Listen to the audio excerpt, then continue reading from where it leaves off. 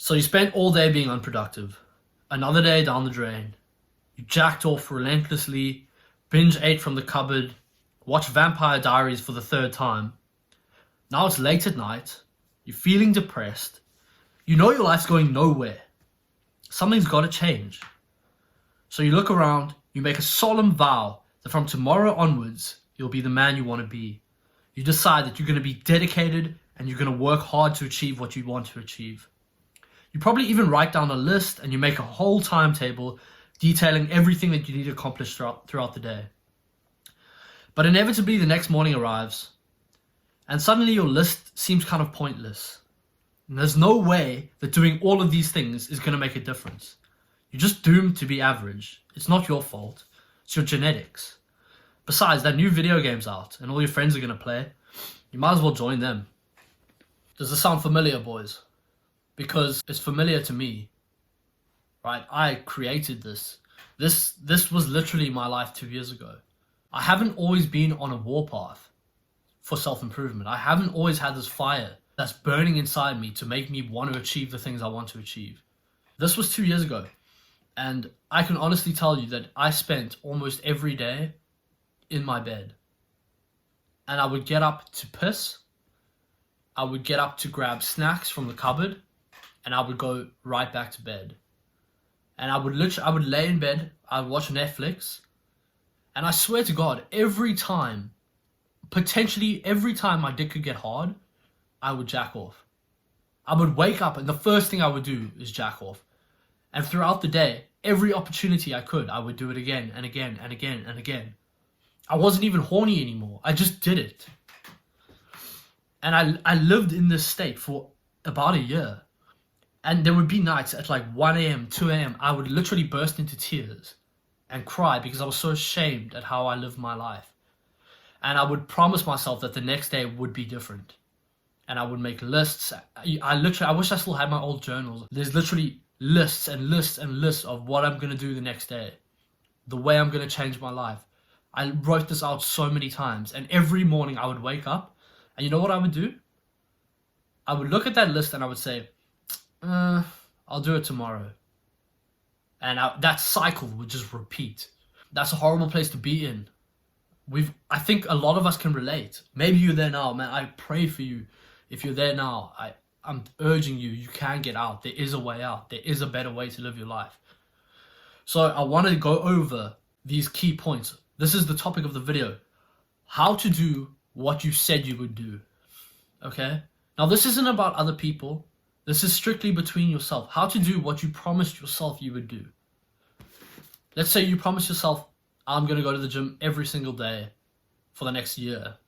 And you just can't go to the gym. This is going to help you. So the first thing we need to understand, before I give you the points, before we go into this, I want to explain why this happens. I think it's important when we're trying to understand something, to understand the concept as a whole before we start dishing out tips and tricks to shortcut your way to success. So let's get a firm grasp on what makes us make a promise and then not keep that promise to ourselves. Now there's two parts of the brain you need to understand, okay? I don't know everything about brains and psychology, yada yada, but I know this, okay?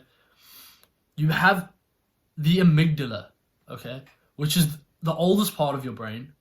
Hamza would call this the lizard brain, okay? This is your prehistoric part of your brain. This is the ooga booga brain. You know, the monkey brain that you have in you. This is the brain that says, fuck, food, fight, sleep. You know, you don't really have much control over it. It's kind of just your natural urges and instincts.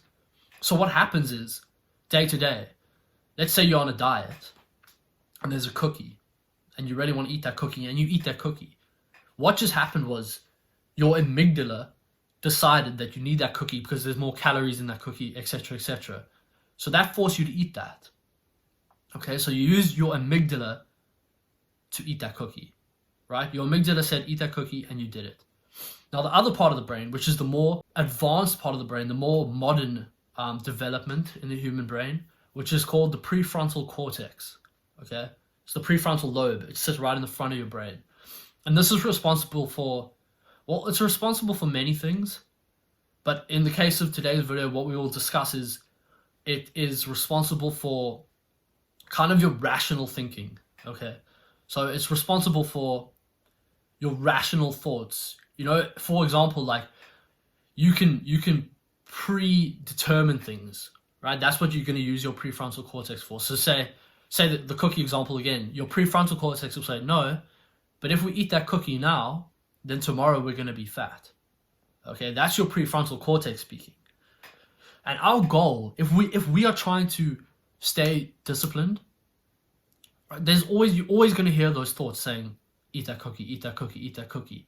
Okay, but it's our job to listen to this front part of our brain that's saying, no, don't eat that cookie because tomorrow it's going to have a negative impact.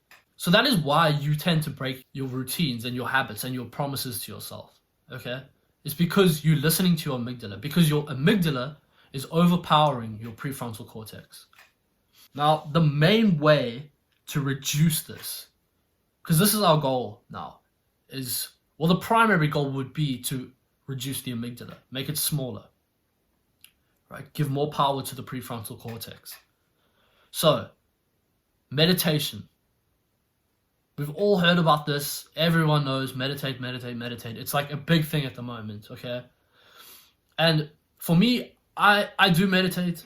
I don't really see a lot of the supposed benefits. You know, I've been meditating for a while, but I do know that it is scientifically proven that meditation literally physically shrinks the size of your amygdala. So if that doesn't tell you enough, I mean, that should tell you enough. Okay? Your amygdala is the monkey brain. Your prefrontal cortex is the human smart brain that can predict the future. So obviously, what do we want more of? We want more of the prefrontal cortex and less of the amygdala. So by meditating, you are going to shrink your amygdala. Okay? Which will make things easier. It'll make it easier to stick to your promises because you have more control over what you're doing, which everyone wants more control over their lives, right? So there you go. Prime example, meditation. The second point, and I learned this from Chris at First Man. This is a really good point. I don't think it's his original idea. There was another book, I think, where this idea originated, which was like how to eat a frog or something about a frog. I don't know. You can look it up. Front loading. So what you want to do with front loading is make sure that when you're planning and structuring out your task list, you are going to do the hardest activities first in the day. So this would make sense. Let's say that you're working a 9-to-5 job, but you also want to run a business and you also want to hit the gym. Okay? So those are your two other goals. So what's the hardest thing of the day? Obviously, you have to go to your job. But let's get the hardest things out of the day first. So we wake up. First thing you're going to do is hit the gym. Okay? Then after the gym, maybe you have half an hour. You can send some emails out. That's another annoying part of your day that you just want gone. And by the time it's work time now, you've been up for 2 hours. You've already got a whole lot of shit done. Then you get home after work and there's just the easy tasks now. You know, maybe you got to cook yourself some dinner, sweep the floors, and it's time for bed. All that hard shit is done. You don't have to finish work, come home, and then go to the gym, all tired and groggy. That's just setting yourself up for failure. So if you want to do things the right way, if you want to be productive, you want to hit the ground running. Do the hard tasks first in the day. All the shit that you really don't want to do that first, right? Because then after that, everything just seems easy. The day just progressively gets easier. Instead of, you know, you wake up, you rush to work, that's quite difficult. You work the whole day, you come home, things are easy, you're chilling at work, not really working. Then bang, you have to go to the gym. Then bang, you have to send a whole bunch of emails, and then something else pops up. It's just, that's a recipe for just a tough time. Okay? And my third point, and this I do myself, I will do this all the time. And this works for me because I am so dedicated and so disciplined, and I know I'm going to follow through with it. That's the thing. You have to believe yourself that you're going to follow through with it. But if you can, this works really well, is you set a punishment for yourself if a task is not completed. So for me, let's say I wanted to film 4 YouTube videos today. Prep them, make them, edit 4 videos, have them ready to go. Okay, that's my goal. And if that isn't completed, I have to do 500 push-ups before bed. That's the kind of mindset that I'm using these days. It's a hack. Because I know, fuck that, I don't want to do 500 push-ups before bed. So obviously I'm gonna pump out videos. I'm way more motivated now because there's that looming thought of, fuck, there's something really bad is gonna happen if I don't do this. Okay? So that's the third and final step, is give a punishment for incompleted tasks. Now the main takeaway from this video, you need to understand, right? First and foremost, everything is on you.